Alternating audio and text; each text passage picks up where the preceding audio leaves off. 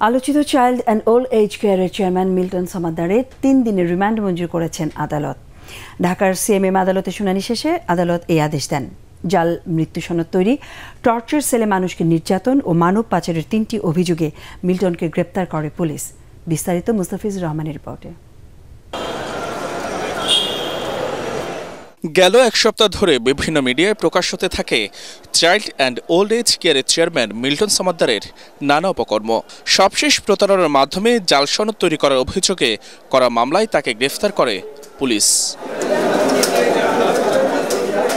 দুপুরে ঢাকার সিএমএম আদালতে তাকে হাজির করে 7 দিনের রিমান্ড আবেদন করা হয়।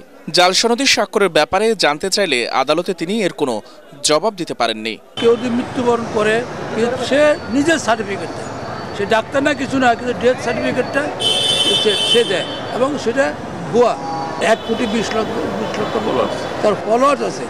এগুলো হলো তার ইনকামের একটা সোর্স। এগুলো দেখায় সমাজে যে সমস্ত ভালো মানুষের চেহারা দেখিয়ে সে এই সমস্ত অন্যায়গুলি সে করেছে। তবে আদালতের আদেশ নিয়ে অসন্তোষ জানান মিল্টনের আইনজীবী। আমি রাস্তাঘাট থেকে অসহায় নির্যাতিত মানুষকে তুলে নেই এবং এই মানুষগুলোকে আমি মানবতার সেবা দিয়ে থাকি। এই সেবা কার্যক্রম করতে গিয়ে আজকে আমি এই প্রতিহিংসার শিকার হয়েছি এবং এই প্রতিহিংসার কারণে যে মামলা হলো এই মামলার কোনো মেরিট নাই। রায়ের পর আদালত প্রাঙ্গণে মিল্টনের সর্বোচ্চ বিচার চেয়ে প্লাকার্ড নিয়ে স্লোগান দিতে থাকে অনেকে। এদিকে মিল্টনের স্ত্রীকেও আটক করা হতে পারে বলে জানায় ডিবি পুলিশ।